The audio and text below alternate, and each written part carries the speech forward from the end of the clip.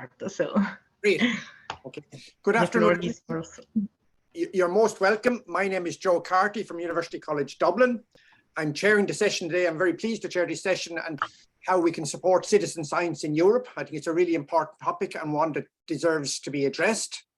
I'm not going to speak very much because I have a difficult accent to understand, so I'm not going to bore you. I'm going to hand you over to the really interesting speakers we have, the 4 speakers that we have. The slides will be made available after the webinar is finished, so you don't have to take copious notes. The slides will be made available. We're recording the webinar as well, so if you wish to look back in the webinar. But we're going to start off with a brief survey just to see where people are from. And so Laura's put into the chat there some information about the webinar, and we'll see now the instructions for taking the survey. When we're going to spend about 3 minutes in the survey, and then Flora is going to take over, give some quick feedback in the survey, and then Flora will lead into her presentation. And just a note, I'm addressing the participants or the speakers by their first name to keep it very informal, and also to spare me my blushes in mispronouncing their surnames, so to make it easier for me. So Flora will introduce, and each of the speakers will introduce themselves as well, and then proceed with their presentations. So thank you very much. And now we'll take our survey, please. And Laura's going to put up some instructions for us. Yes, just give me a moment to share my screen.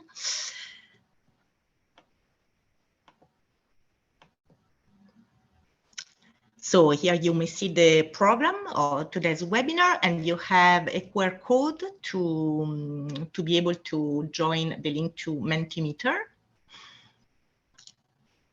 I give you just a minute to scan the code, and then we will open this short ice-breaking survey.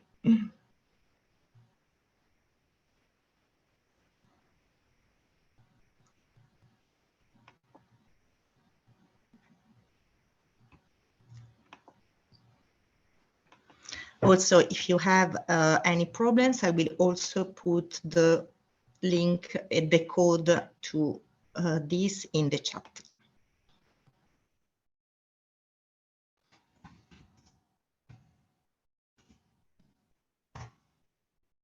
Okay, we are all set. So I will again share my screen.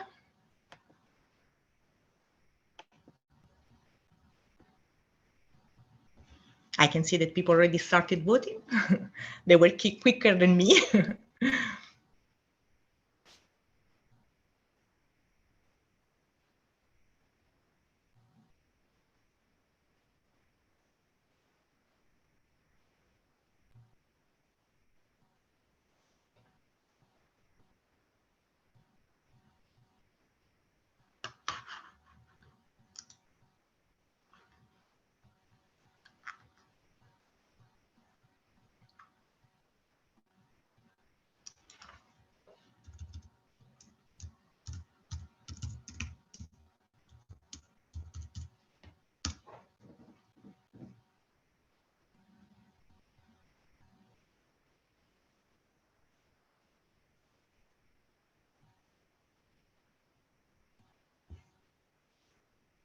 And I think we could go to the next slide, Laura. Yes, yeah, some responses were still coming, but okay.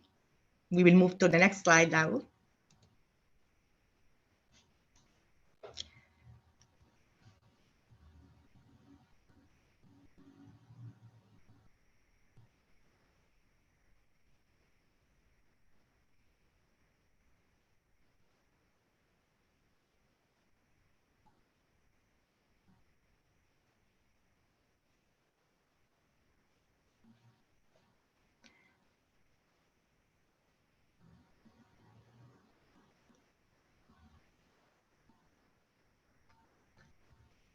So we can see that a high majority of participants are part of the European University Alliance. I will go to the next question.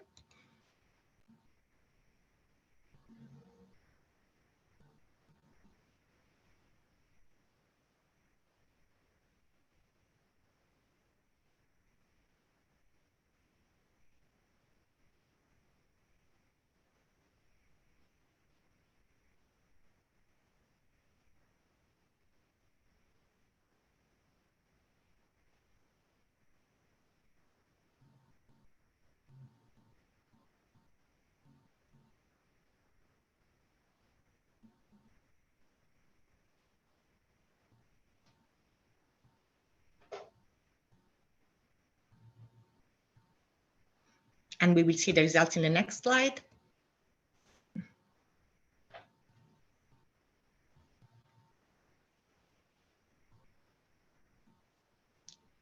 I like the fact that UNICA was mentioned among the European University Alliances. Thank you for that. It's actually a network, but not a European university. And we go to the next question.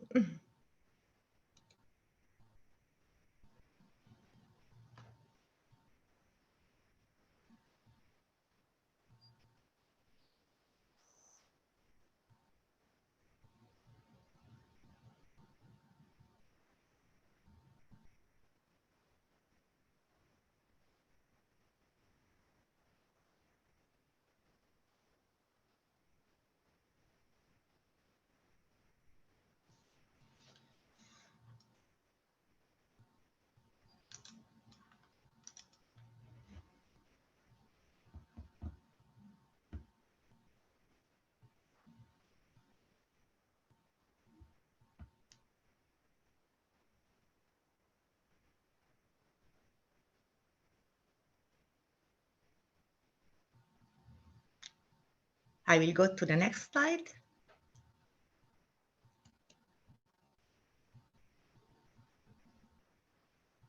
Which requires a bit more time and reflection, but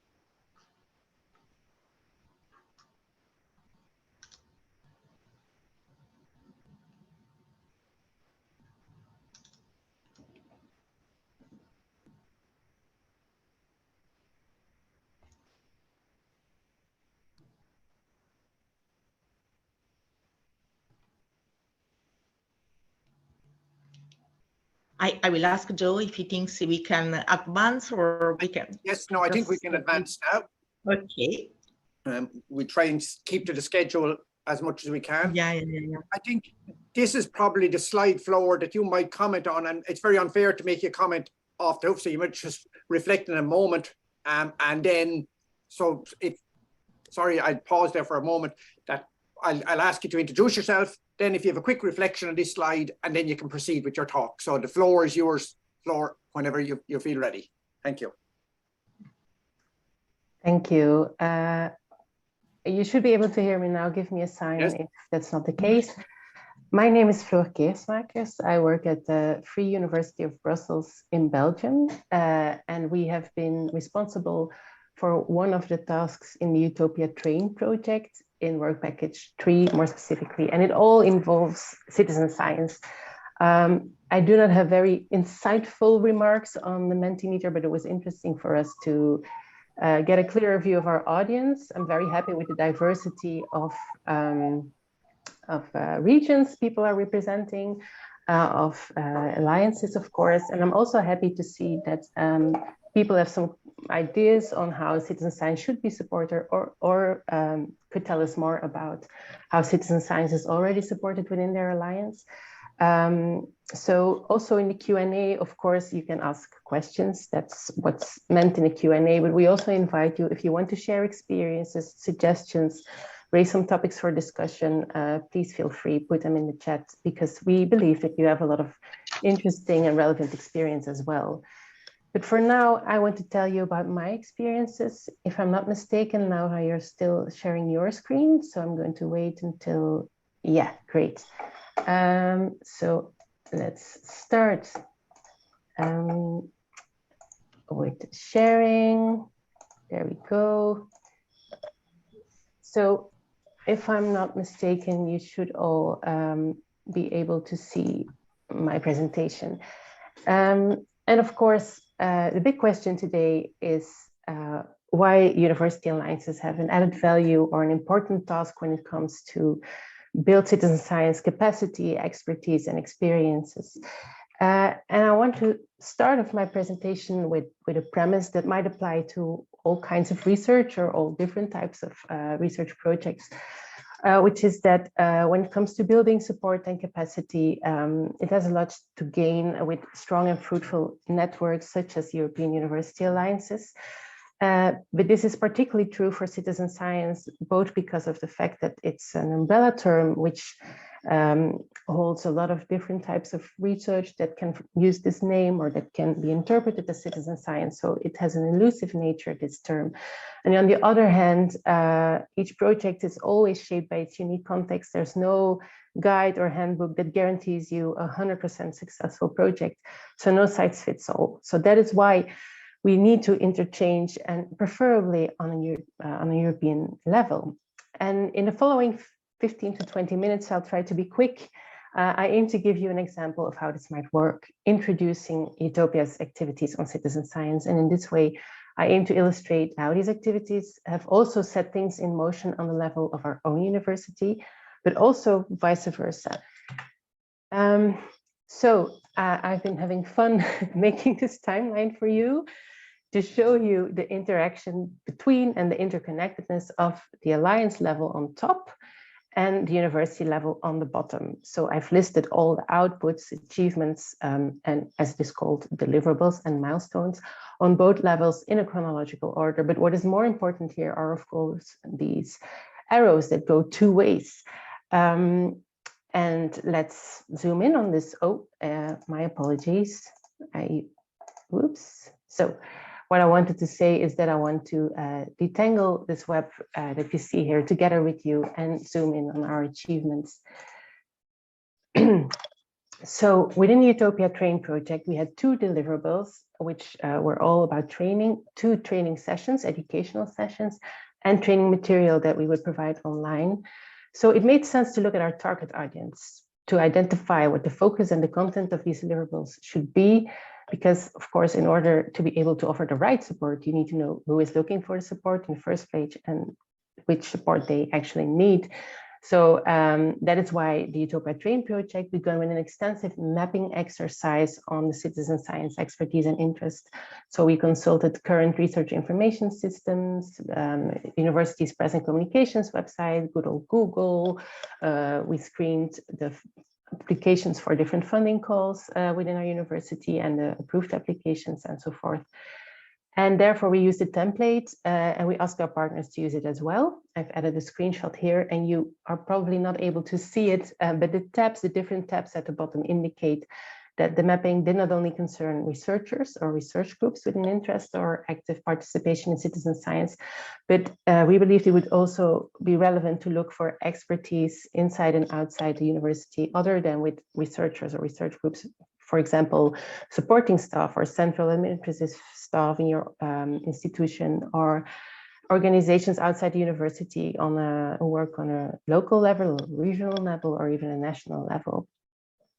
So secondly, together with this mapping exercise to know which community we could build and what we were dealing with, we ran a survey on their interests and needs, and we had a lot of different questions, but I added some screenshots of two questions here. And regarding the support that people need, there was a significant attention to communication and networking with citizens, but also knowledge sharing across faculties and research groups. And of course, as is always the case, support in finding funding. I'm sorry. And then we asked them which training materials we should develop, what they wanted to be trained in. And again, parallel, the recruitment of citizen scientists and the maintenance of the relationship with them was an important topic that came up. There was also great interest among our researchers in peer learning and exploring inter and transdisciplinary research opportunities. And then it appeared that there was a need for exchange, not really for training in how to do this or that, but concrete tips, good examples. For example, in finding the right funding challenge or writing successful project applications and proposals. So what we did with this survey, I'll show you in a few minutes, but talking about the community of practice, I have to talk about the citizen science clinics, which was a format we developed in order to support the community of practice to make it fruitful and running and functioning. So these were peer learning sessions to strengthen what we were doing, to keep the interchange flowing, and to create a supportive atmosphere in order to have researchers rely on each other's expertise also outside of our activities or outside of our help. In order, of course, with the result to spark opportunities for further collaboration and cooperation. An important characteristic of the citizen science clinics of Utopia is that we made them as accessible as possible. We wanted the threshold to be as low as possible. So that's why the atmosphere was informal. We stick to 1 hour, so it hopefully fits into busy schedules. And there's no preparation needed. So it asks for little effort for the participants beforehand. It's online, so you don't need to move. It's recurrent, about every 6 weeks. So if you miss one, you can join the other one. And we started in March, and with the exclusion of the summer months, we will have 9 in total. The last one happening today as the second part of this program, as you might know. And why do we call them clinics? Well, the concept is that each clinic focuses on a topic or an issue related to citizen science, and participants can share burning challenges before the clinic is happening, but also at the start of the clinic in the chat. And these are symptoms of a problem or an issue. And the group chooses which challenge or issue related to this topic they will focus upon. And then the peer group will set a diagnosis. So they will ask clarifying questions to the patient, the person presenting the challenge or the problem. And these questions are in order to understand the problem better, to get the context and so forth.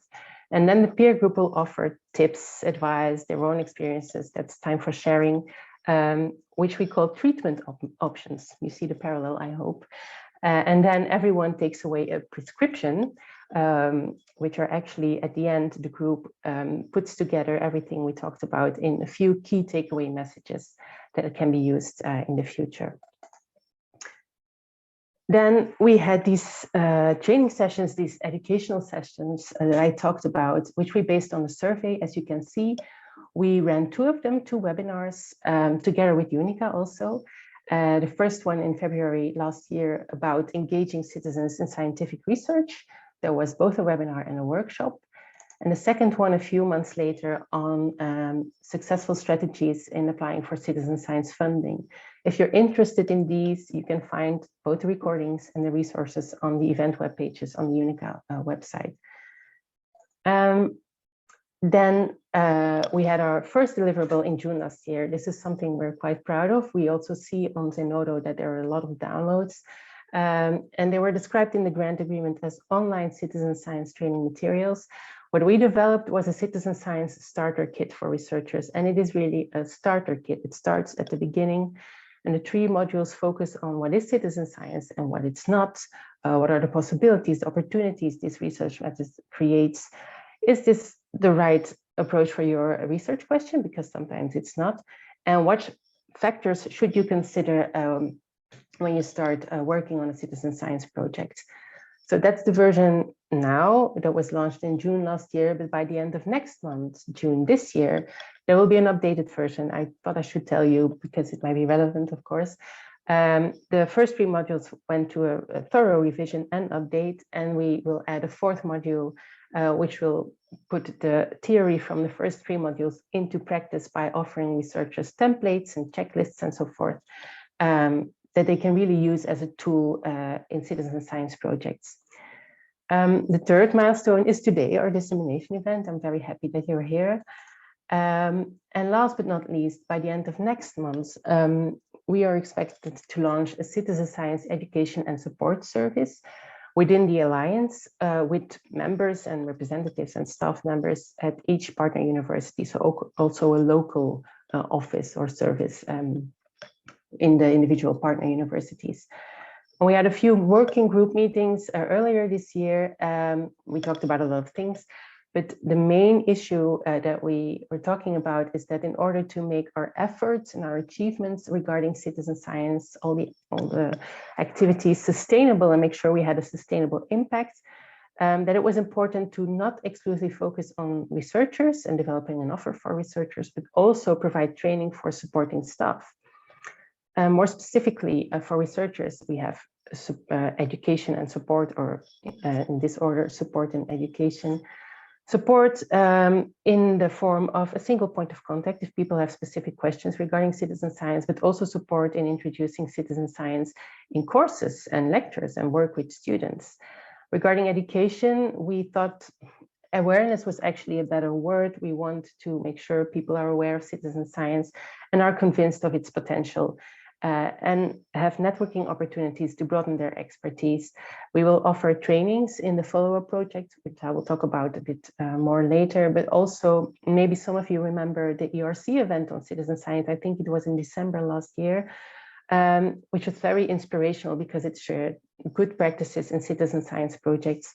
So we think that these could be very instrumental in having researchers exchange experiences. We might also continue the clinics. We're thinking maybe about a prize. These are ideas to be developed. Regarding the trainer's perspective, how will we help supporting staff? We have only listed a few of the options here. This is not an exhaustive overview. We are still thinking about other options. But of course, we want to help the staff in universities to raise awareness on citizen science in order to find the clients that the education and support service could help. If people are aware of citizen science, start to consider it, then the education and support service can be of added value to help these people, help these researchers. But we can also help them in learning to run citizen science clinics themselves. We can share workshops based on the starter kit that they can give and so forth. So you might not realize it, but now we went through all the items listed here in the timeline on the top level, on the UTOPIA level. What I now want to do is tell you about the bottom level, what we did at our own university, but more importantly, I want to now zoom in on these arrows that go two ways and show you how we were inspired and supported by the work within the UTOPIA TRAIN project, but also how our own experiences have fed into what we were doing in UTOPIA TRAIN, of course. For example, the Citizen Science Starter Kit within the UTOPIA Alliance, which I told you about, launched at the same time we launched at our individual university a project call for citizen science projects. And the starter kit paired very well with the project call because, as I told you, it aims to make academic staff aware of the possibilities of citizen science as a research method and stimulate them to consider a citizen science project. So our researchers could really use this as a tool to prepare their application. We had a lot of applications. We're very happy with this. And by February, we had 2 projects selected, which started last month in April. So they're just beginning. But also in October last year, our university launched a citizen science contact point, which I'm working for together with my colleagues in order to support our research community in citizen science. And we did a lot of prep work for that. But in my experience, in our experience, what we did with UTOPIA regarding the community of practice and developing the starter kit has provided us with important input and foundations for a citizen science contact point, because of course, this mapping exercise that we did also made us aware of the colleagues, the researchers at our university with an interest in citizen science, and more particularly what their needs and interests were. So we could also develop support at our own level, focus on our own context, and take away the key messages and the lessons we learned and the networking opportunities from UTOPIA level to VUB level. And of course, the Citizen Science Starter Kit at our university, we will use this to start developing workshops, most likely not on the starter kit as a whole, because it contains a lot of info, but it might be an idea to do workshops aligned with the different modules as they more or less can be connected to the different stages leading up to a citizen science project. And last but not least, I told you about the citizen science projects at our university that have started last month. The Citizen Science Contact Point is very closely involved in these. And it is my modest belief that the clinics will prove to be very helpful in identifying the challenges we might come across in these projects, but also they provided insight into the possible solutions for these challenges. So yeah, hopefully that will work out this way. But of course, Utopia has been important, but now, as I told you, I'm also able to draw some lines from VUB level to the Utopia level, in the sense that for our citizen science contact point, we did a lot of research into good examples of other citizen science hubs or other citizen science support in Europe and worldwide. So we found out what's already out there regarding citizen science support, which led to a library. But more importantly, we found out what was missing, which also offered important input for the starter kit. And secondly, of course, this entire process of preparing and launching our citizen science contact point actually served as a sort of testing phase or a trial run for the establishment of the Utopia Citizen Science Education and Support Service, in the sense that we ran vision building workshops leading up to the launch of our contact point with different stakeholders, and the format we could also use for the working group meetings, and it proved to be working very well. And as we had already defined our own goals and KPIs in these vision building workshops, this provided a good framework to take to these working group meetings on Utopia level to look for common goals and common vision. And last but not least, we hope, or we are convinced, that the citizen science projects that we're running at VUB and that we're so closely involved in will provide good practices and examples and experiences that we can take away in the Utopia activities as well. So I hope that in my talk, I've been able to convince you of my premise about the fact that European University Alliances have an important task or can take up important responsibilities when it comes to citizen science. But apart from my story, I want to give you something that you can take away for yourself. I want to share some lessons learned, maybe to spark some conversation in the Q&A. And to end with a positive note, I will first focus on some challenges and threats.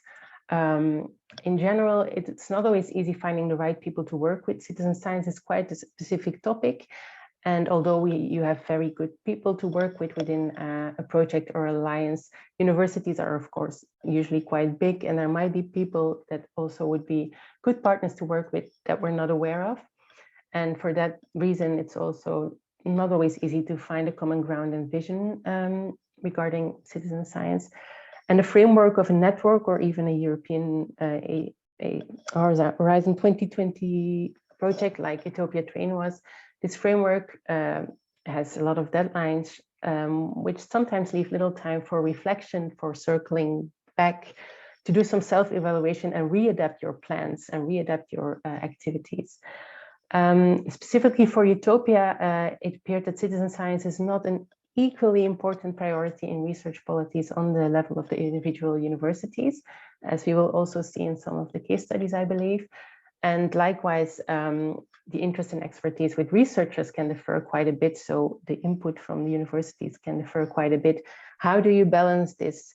And this also appeared in managing such a community of practice. You find a lot of useful tips and guides online, but it's still quite hard to make sure that everyone is interested in being involved. Everyone finds that they have something to gain from this, that they remain interested, that they remain coming to the meetings and such. So suggestions are always welcome there as well. But more importantly, of course, the strength in these European University Alliances lies in the fact that for researchers, the exchange with colleagues who work on a similar topic or in the same field, but in quite a different context, enriches often the experience and the expertise and sparks collaboration. And for both researchers and supporting staff, such an alliance provides the opportunity to connect individual networks very fast into one bigger network in which information travels much more quickly. And of course, what was in the previous slide, something with a possible negative impact can also be positive, because results and planning are already set out for you and you have to follow it and you will achieve your results and you know what activities you're planning. For Utopia, the citizen science clinic format proved to be successful. I explained it earlier, but the fact that it is so simple, it's accessible and it's recurrent allowed for it to be quite a successful and appealing format with people coming back a lot of the times. Secondly, in all modesty, not referring to our own work, but to the fact that our research management is very supportive for citizen science, and as you see with the call, invests in it.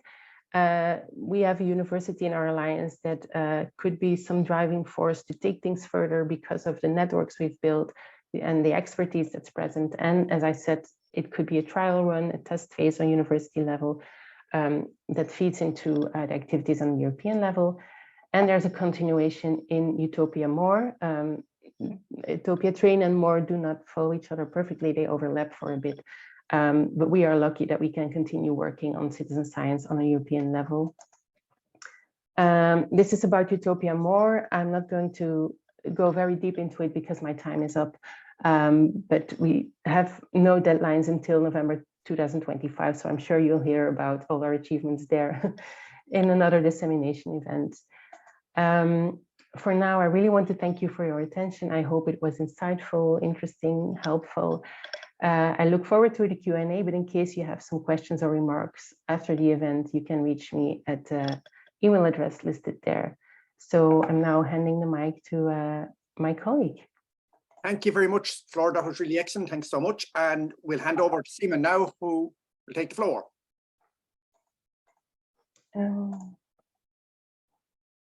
And I'll allow you to introduce yourself, Seema. Hello, thank you for giving me the floor. My name is Szymon Andrzejewski. I'm responsible for working at the citizen science at the University of Warsaw. I work in the partnership, European Partnership for EU+. And also I'm a member of a working group, a LIBER citizen science working group. And I'm trying, of course, to disseminate disseminate information and citizen science in my country. And what I want to show is my presentation, which I will, in a moment, I will do. It's yes, and of course.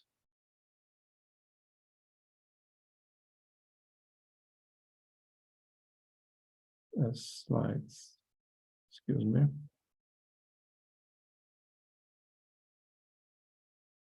Yes, and those challenges. Is it everyone can see it now? Yes, yes. Yes, it's fine. Those challenges and about promotion and dissemination of idea of citizen science in Poland, there are some. So as I hear your presentation before, it's very good to see that there are many so many initiatives. Let's say, I would say rather bottom-up initiatives from the universities. We also have such initiatives. However, idea of citizen science is quite new in Poland. It begins in 2008, and it was mainly small, really small bottom-up initiatives that are mainly begin at my region near the sea, near the Baltic Sea. So the field of development was rather biodiversity and maritime research. These are the slides of examples of such a small, really small projects that has been developing, and they never developed themselves to something bigger. And those projects were mainly on just for schools and so on. So rather, and even till today, I would say that creators of citizen science projects in Poland, they act on a small, let's say, really a small scale. And why it is happening so? There are, of course, there may be many solutions and answers to this, but this is what I want also to focus about things about the language. You know, we all know what is citizen science. We know the English term, And for example, translation for this English term in Polish is nauka obywatelska. Well, the sense of this citizen science term can be lost in translation, in my opinion. I used to promote this idea of citizen science, and I used to use Polish term nauka obywatelska during conversations with my friends. For example, my friend from marketing sections from the educational institution about Maritime Museum from Gdynia, and only after some time I realized that she didn't understand, and she realized that, oh, you're talking about citizen science. Well, she used an English term. Now she understood what I was talking about, and that was 2019. And after 4 years, not so far, in March, I was talking with another person that has from regional big museum and education institution in the scope from participation and engagement of people. And I've said, I was talking about citizen science idea, of course, using the term nauka obywatelska in Polish. And the problem was that, he answered me, yes, of course, I know what is this. It's simply, we also support citizen science. This is simply, we do research for the people. Well, of course, yes, it's for the people, but it's also by the people. And the thing is that he totally misunderstood me, and I needed to repeat myself once more. And this is, my opinion, a big problem, and even bigger problem in translation for countries like Poland. Could be, for example, term citizen scientist, because the simple, let's say, translation to the Polish, it's like naukowiec obywatelski, which means a scientist that is doing research for the people. Exactly. That's I guess that's the first idea that comes to people's mind when they hear it. And it's need to be understood that that can be a challenge when we try to disseminate this information among people. There were many, as you see, there were many translations of these words, of this, for example, open research process, participatory scientific research, or about citizen scientists, that they are volunteers engaged in citizen science. But still, this meaning and these words, they didn't catch everything, in my opinion. And what else? Well, maybe this is also a problem about the let's say, research field in the citizen science. This research about citizen science, they started in Polish, in Poland, in Polish journals from 2009 and 13, about 13. Mostly it was done in professional journals that disseminate information to the academic librarians. And there were few of them, but this is still, I would say, not very wide, let's say, society, scope of society. It's still, academic librarians.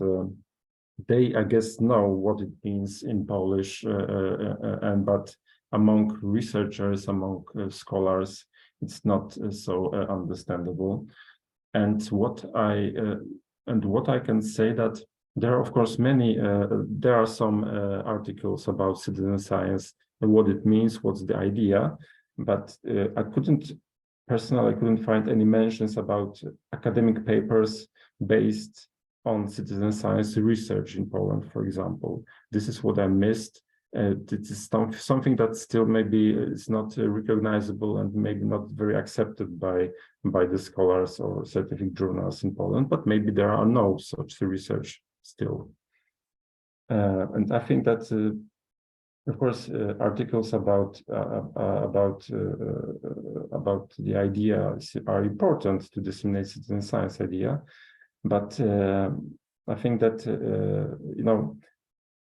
that something more is needed, because otherwise, if it won't be about research with citizen science aspect, it may be only as something not very serious. It's some kind of idea for education for the people, not for the research.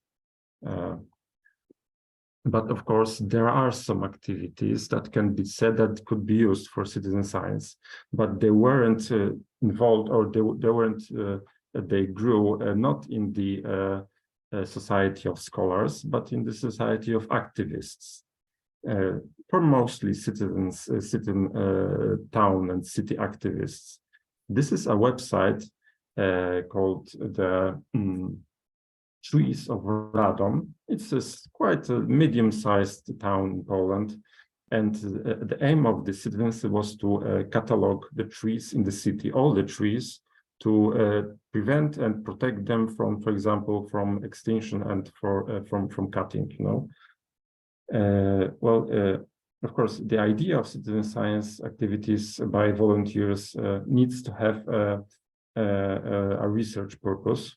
In such a crowdsourcing projects, there are no such a purpose, but of course, this is good place and good source of the data that could be very useful for scientists. But it can be also used for scientific purposes, but there must be some kind of coordination, you know. Those people, I don't know exactly this project and those people that made this website, but they may never heard about citizen science, and they may never heard that they can use their data to help scientists also. But so this is also some kind of problem. And of course, you know, in Poland, there are many citizen science projects. For example, Transkribów. This is a project conducted by the Scientific Library of Warsaw, where I work. It started a year ago, and it's still continuing. It's about transcription of the project is conducted by, it's focused on revealing manuscripts to the public from 19th century or even older. There are also other projects connected with biodiversity, for example, Apollo 2020. And also MammalNet, but you know, you need to lots of time to see those projects that are that these projects are you need to know that these projects are it wasn't easy to find them. Well, the summary of the statement right now about citizen science is that 1 minute left, Simon. Okay. Well, as I said, researchers are not familiar with this idea. At universities, citizen science can be found mostly on the scientific libraries. There are no institutional support for citizen science. There are no traditions of massive empirical research. And there are maybe some local projects, but people mostly don't know about them. So I guess many countries that don't have many traditions about citizen science, from Eastern Europe, for example, also from other parts of the world, can have this problem. And my option is to for also a recommendation for, let's say, European policy, in my opinion, which is good, is to support, it's not to support, let's say, bottom-up initiative, but maybe some kind of top-down, let's say, a great flagship project that would create some kind of national institution about citizen science, like it is in Czech Republic. There is some kind of, let's say, projects that are, for example, in Czech Republic and in Latvia, that has been supported by the national authorities, national science authorities in that countries, that are mainly, let's say, those some kind of main flagship projects to develop. And this is what I think that is good, to create such a policy that could maybe not only support bottom-up initiatives, but rather also a top-down, you know, big initiatives that could draw attention of the public to this idea. This is an example of such a project that is a rather bottom-up impetus.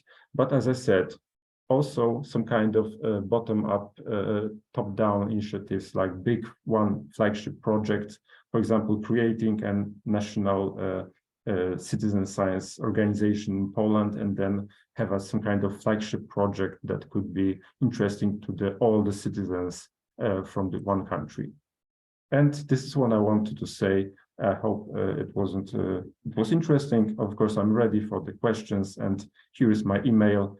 Thank you for your attention. Thank you very much. And without delay, then we'll move on to Ekaterina.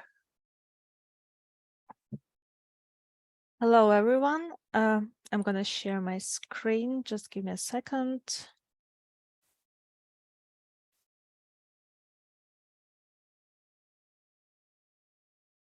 Okay. Okay.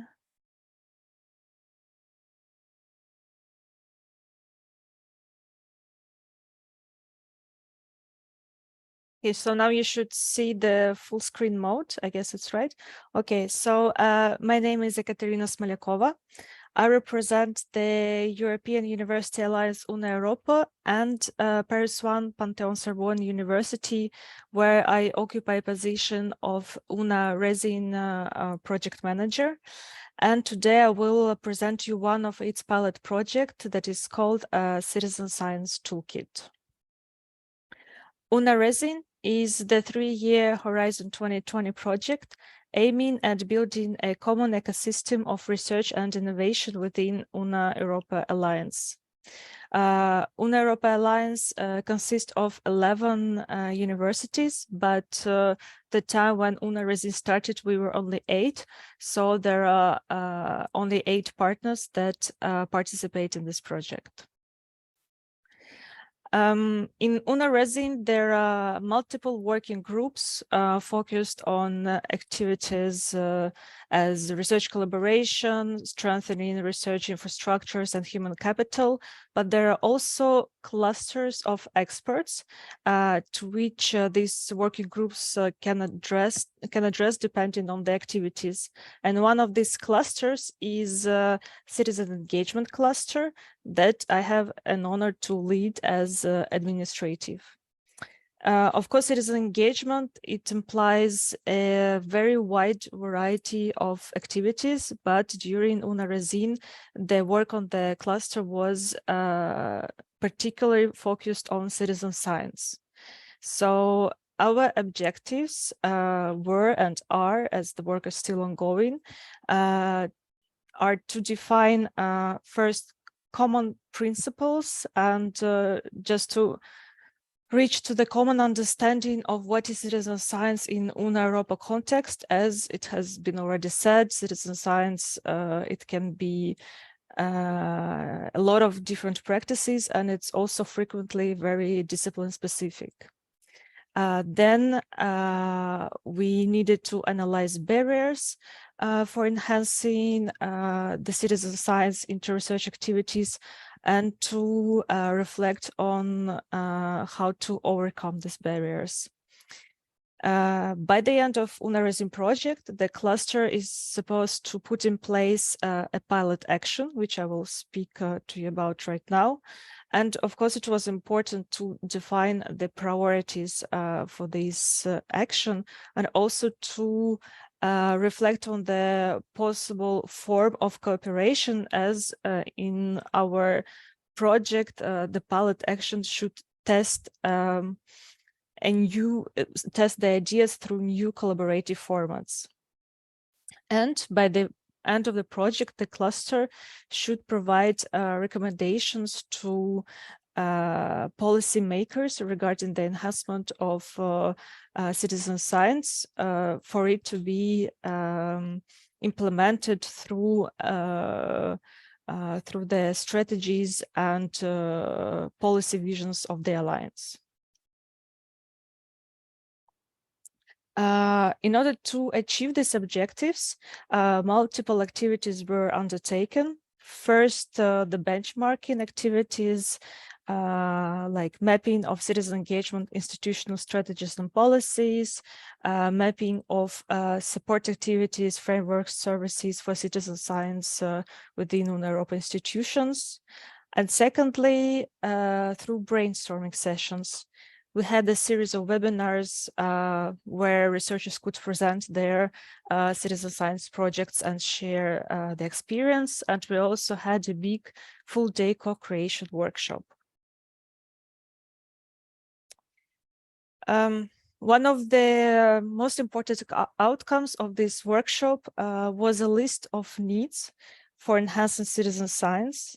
You can see that there are many of those needs, and this list, of course, is not at all exhaustive. To sum up, I could say that a lot of needs concern the support that citizen science projects require. They frequently need technical, methodological, managerial, and communication support, and they also require specific financial support. There is also a clear need of training opportunities, both for academics and administrative staff. For academics and especially early career researchers, it could be, for example, training in science communication or acquiring of some managerial skills and also competencies in using some technologies for communication. And for administrative staff, it could be training on how to support and accompany citizen science projects. All these, of course, demand of citizen science being included into the university policy strategic visions, especially if we want these activities to be recognized and valorized in the research careers. As I said, for our pilot action, we had to choose which needs we could and should address, considering our resources, project framework, and also different levels of advancement on the question of citizen science among our institutions.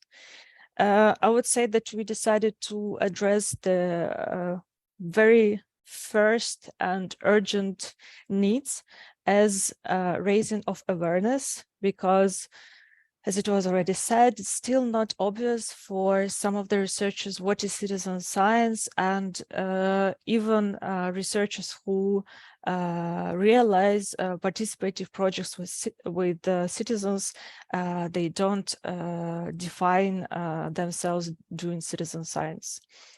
But we didn't want to limit ourselves only to a showcase or some communication campaign. We wanted to be more ambitious and to add some educational component to this pilot. And we decided that in the end, we should provide some support materials that would be based on sharing of best practices among the partners of the Alliance.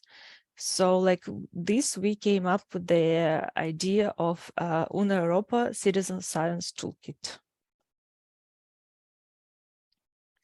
UNICA Citizen Science Toolkit has three main actions or parts. The most important part you can see on this slide is interviews with experts.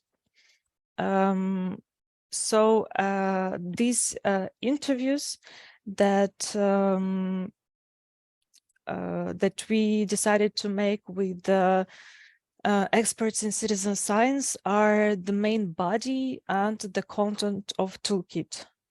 It was hard for us to choose if we want the researchers and the projects be multidisciplinary or focus on one particular thematic, and in the end we decided to go with the second option and select projects from one focus area, which is cultural heritage.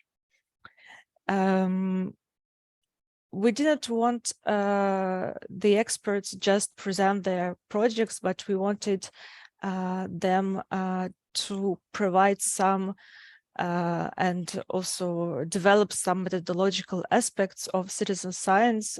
So we wanted them to answer the same questions, and these questions had to be formulated in advance. For this, we organized a co-creation workshop between cluster members and experts, so we could discuss which question would address the most interesting methodological aspects, but also we needed to be sure that these questions are relevant for the projects that we want to hear about, because all projects are very different, even though they are all focused on one research area of cultural heritage. So After this co-creation workshop, we have formulated the questions and we made the interviews with experts. There are 8 researchers, 1 per university, who have participated in the interviews, and they all answered 8 questions that gave us 64 short video capsules that can be consulted in any order.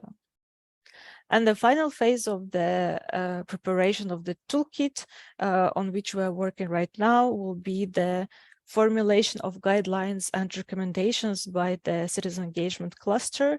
The idea here is to provide experience-based advice for the researchers who will be interested into starting citizen science projects. These recommendations will be published online together with the interviews, and they will make a component of the toolkit. On this slide, you can see the researchers who have participated in our project and to whom we are very grateful, because each of them had around 40 minutes of recorded interview, which is a lot. And on this side, you can see the questions that they asked them. First, we simply asked them to introduce themselves and their project, why they were motivated to start citizen science projects. Then we questioned them regarding their project design, with whom they cooperated, how they could find the funding for their project. Then we asked about the process of engaging the citizens. We were particularly interested in knowing how was the first contact made, how they succeeded to find relevant public, because we heard that it's very complicated to define the public with which researchers want to work. 1 minute left. Okay, I'm going to speed up a little bit. And yeah, the next question was more particular about the role of the citizens, as they can take completely different roles in the project. Then we asked them about which problems they have encountered and how they could solve them. What is they think the impact, social, economical, cultural, of their project, and if these results are sustainable. We also asked them about institutional support and recognition, if they had any support from their institutions. And in the end, we asked them to give advice and reflect on the potential of citizen science in the European context. So while thinking of the outcomes of the project, we try to define what is its potential and if there are any synergies with other UNEUROPA actions. And actually, our idea of focusing on cultural heritage discipline was connected to the fact that UNEUROPA has UNEHERDOC, which is a doctoral program in cultural heritage. And we want the students of this program to test and evaluate our toolkit.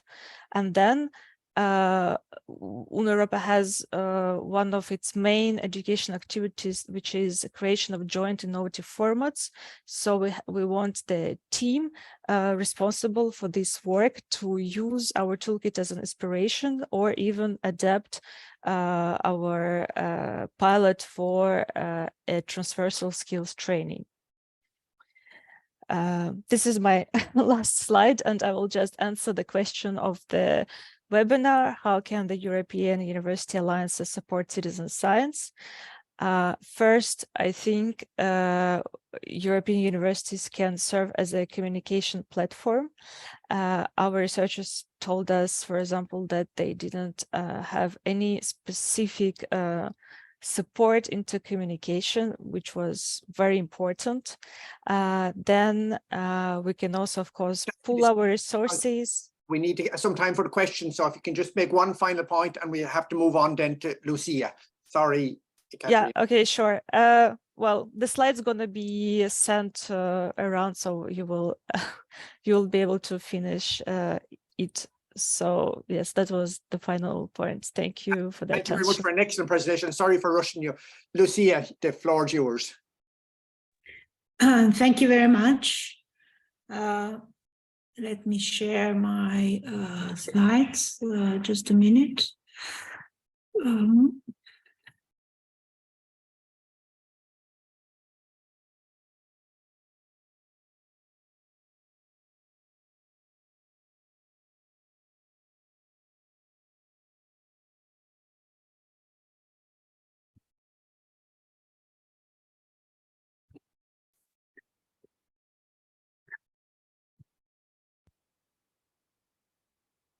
Yeah, I hope you can see my slides now. Yes, wonderful. Thank you very much.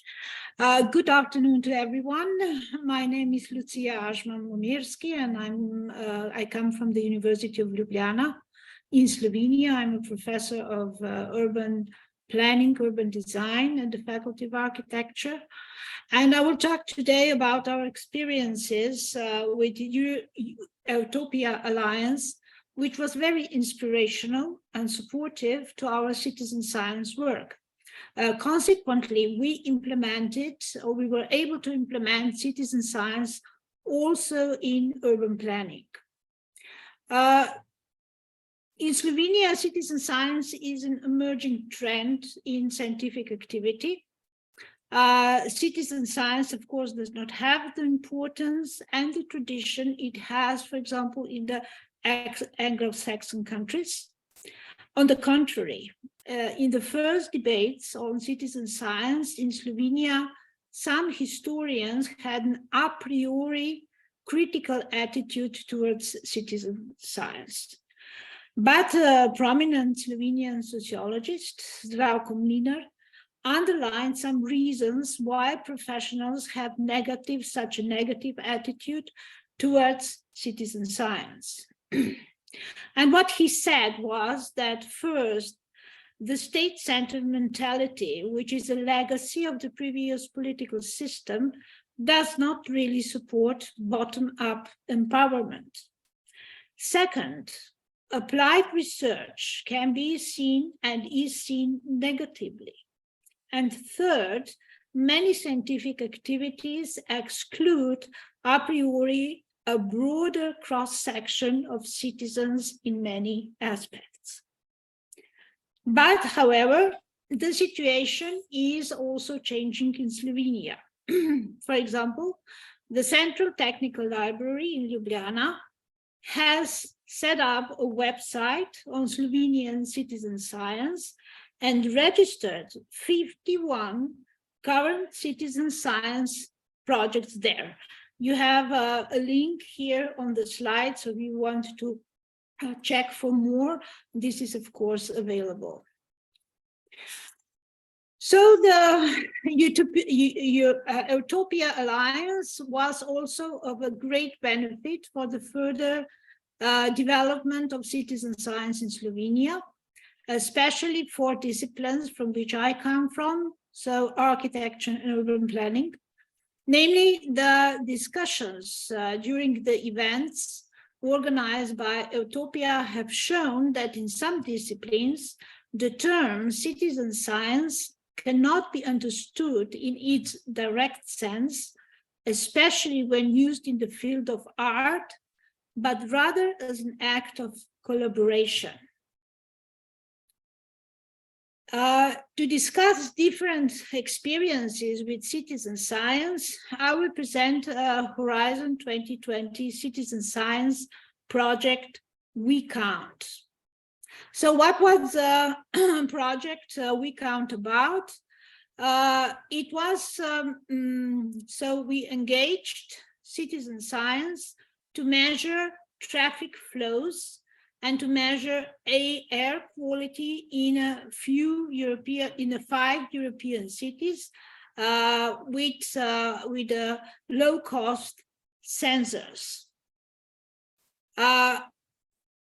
Unfortunately, the project took place during the worst of the COVID time. So raising awareness of citizen science and engaging citizens was not easy. So we had to change a lot of our strategies, how to address citizens and how to approach citizens. And in these, our efforts, also university students became young citizen science, which were both engaged in as citizens and as professionals, so bringing in their knowledge of design thinking and co-creation workshops. So it means when I say that they took a role of a citizen science, they mounted sensors on windows so they could count the traffic, and then later they tried to understand and to make an interpretation of the data. On this slide, you can see an example. These are so-called data stories, where they have found streets which are, we call them bicycle-heavy roads, but they do not have a bike lane. For example, in the road, in the street, which is in the middle of the picture, 55% of the users of that streets are bicycles, but this is a street without a bicycle lane. So based on this data, the students were able to propose new street profile solutions with more space for pedestrians and for bicycles. This is another example of a street in the center of Ljubljana, and they proposed in the upper image, you see the current situation, so the state of art, and in the lower situation, you can see based on their engagement as citizen scientists, they could propose to city management, perhaps city administration, how these traffic flows, pedestrians and bicycles could be could exist together in a better way. Another important question during our projects was how to engage citizens in different cultural contexts. Because what we have found out was that the engagement process, which worked in Leuven, in Belgium, in Cardiff, in Great Britain, for example, didn't work in Madrid and Barcelona in Spain, and also didn't work in Ljubljana in Slovenia.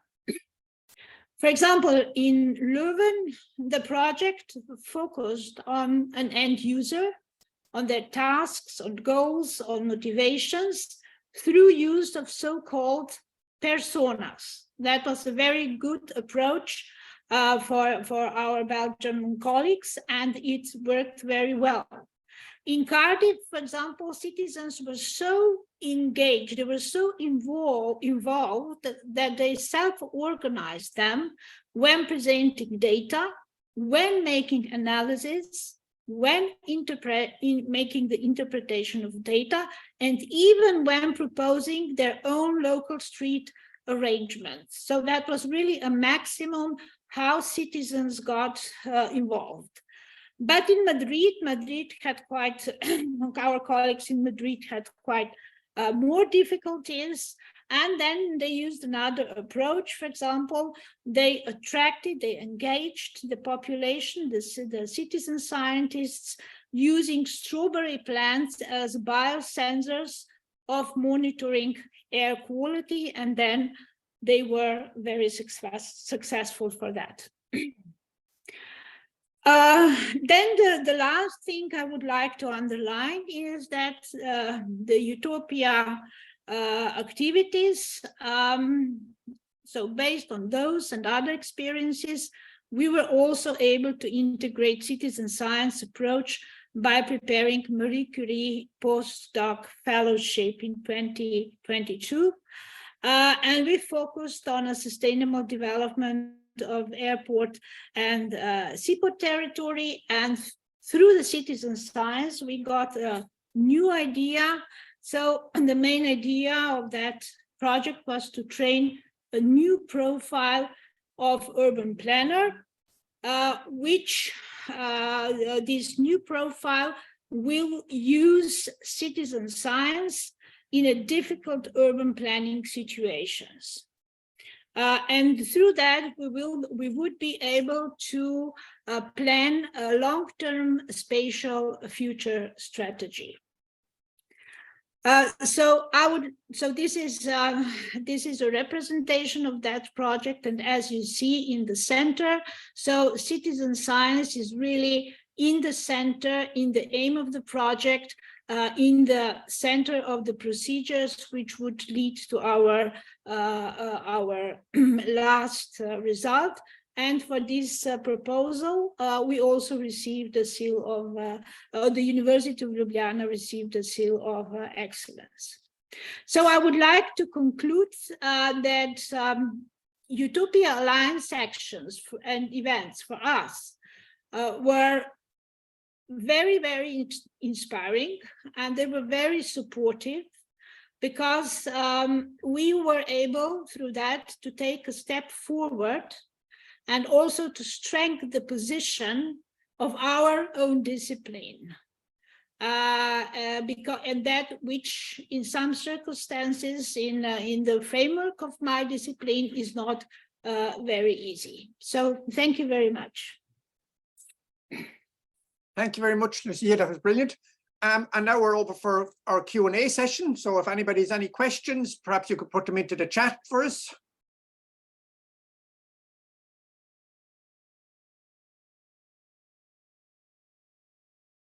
Our audience is very quiet.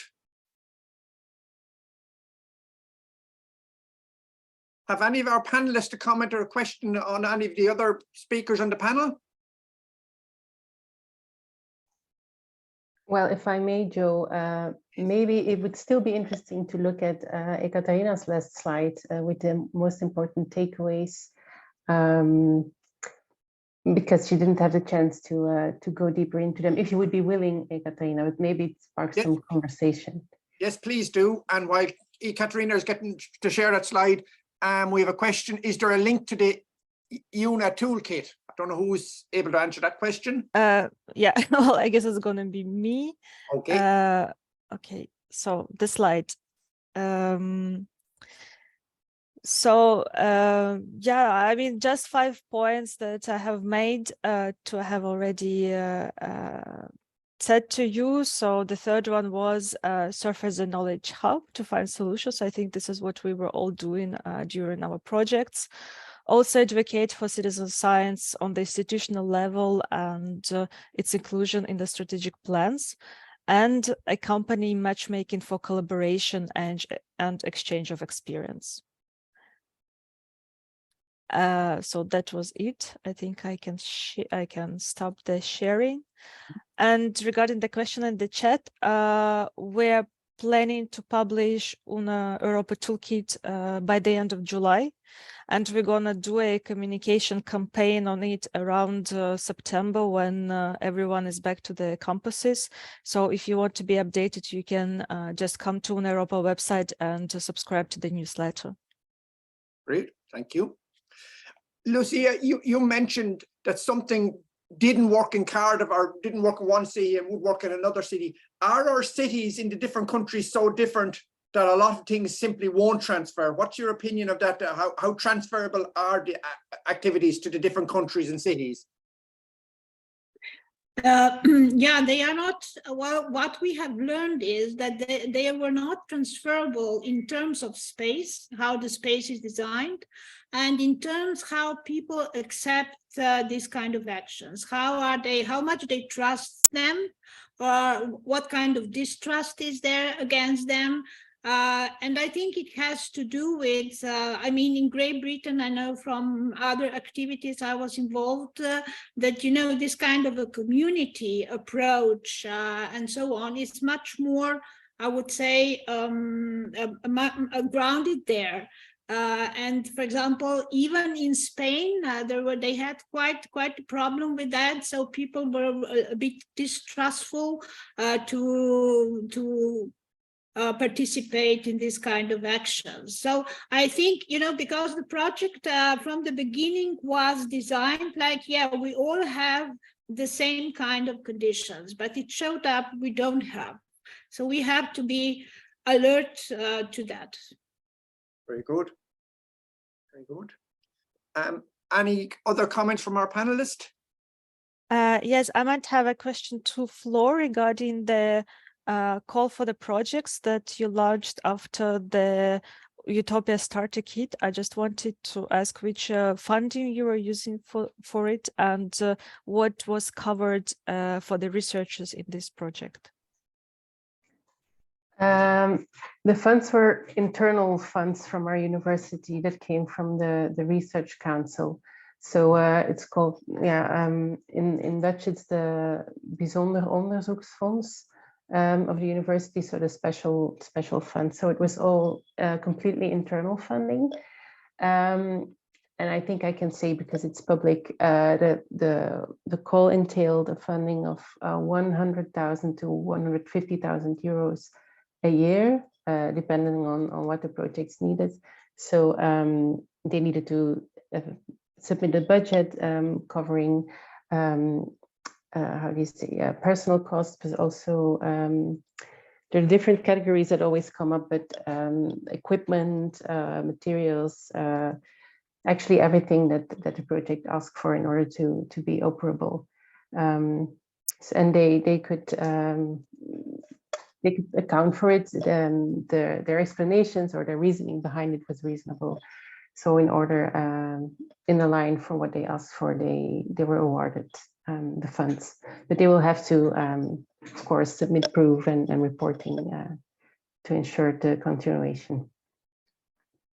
I think funding for citizen science, though, is a problem for all universities, and it's the poor relation of the big scientific research projects, which, you know, goes into the millions and multi-millions, whereas we're looking at tens of thousands or hundreds of thousands of euros and to cover whole universities or to cover whole countries. So there is an issue about the funding of the activity for everybody, regardless of what country we're in. I imagine it's the same. In Poland, is that the situation, Simon? Well, this is of course, hearing and listening all these presentations, I also had some remarks by myself. Please. Because it was talked about funding of science and simply also the citizen science projects. And in Poland, for example, beginning of the idea and the growing of the idea of open science and research data management to the scientific projects has begun when our national funding, science funding organization has started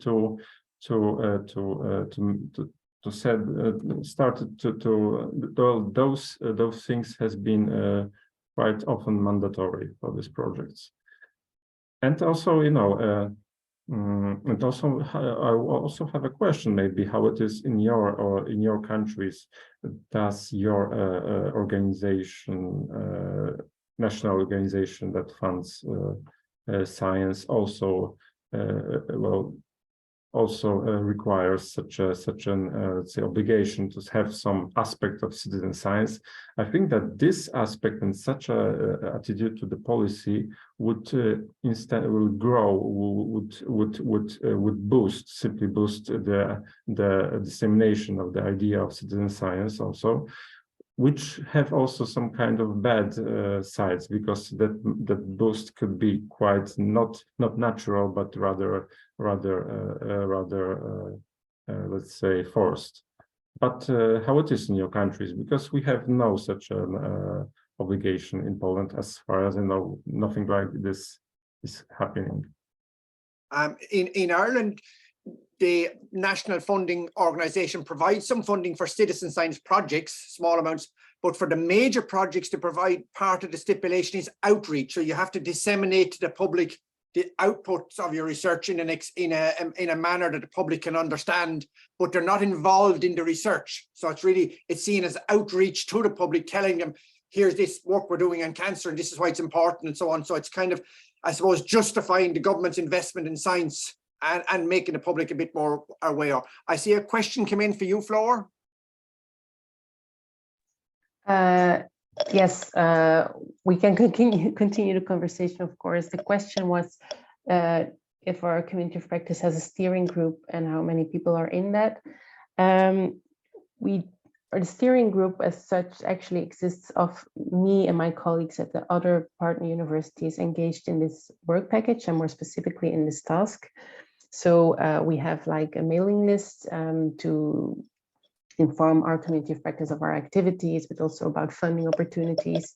Like Simon mentioned, there was the funding within the Impetus project a few months ago, things like that, about resources and so forth. And we organize these clinics and other activities. So there is no steering group amongst our audience or our target group. It's the EUTOPIA TRAIN project managers themselves. But in case you were wondering how many people are in the community of practice as such, right now I think we're about 70 people. The amount of researchers divided over the different institutions differs a bit. But every partner institution has researchers involved, and it's still spreading through the materials and through other trainings and such. We also can target young researchers, PhD researchers, people more at the start of their career, and they're quite interested and and are still joining.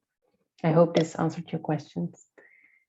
Great, thank you. And Laura has put in a link to the evaluation form that we'd ask all the participants to fill out if you take it, and it'll only take a couple of minutes, and it's very helpful to us for learning and how to improve our seminars, etc. So thank you very much. The question there, does it only include researchers, Flor? For the moment, yes. We started with researchers, but the intention is to also start gathering input and members amongst the other stakeholders as such. We had one citizen science clinic, which involved actually what you can call citizen scientists. So we looked into the projects that our members were running and asked people who are citizens, or if you can call it, to come and join us and tell us about what they need and what they think is important and the reasons why they engage in citizen science. But to answer your question, at the moment, it's mainly researchers, but we will expand it to other stakeholders in the follow-up project, most likely. And we have invited other stakeholders in the clinics to come and share their story as some sort of preparation for that.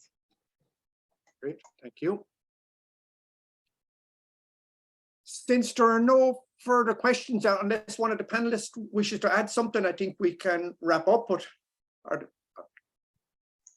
panelists okay? And I want to thank each of the panelists for their time there, and the presentations and the quality was excellent. So thank you all very much for giving your time today. Sorry for rushing some of you along, but trying to get finished on time. It was a really enjoyable webinar. So for me, it has been a great success. So thanks to everybody, and thanks to all who attended. Thank you very much. And thanks, Laura, for the backup and for making everything work. Well done.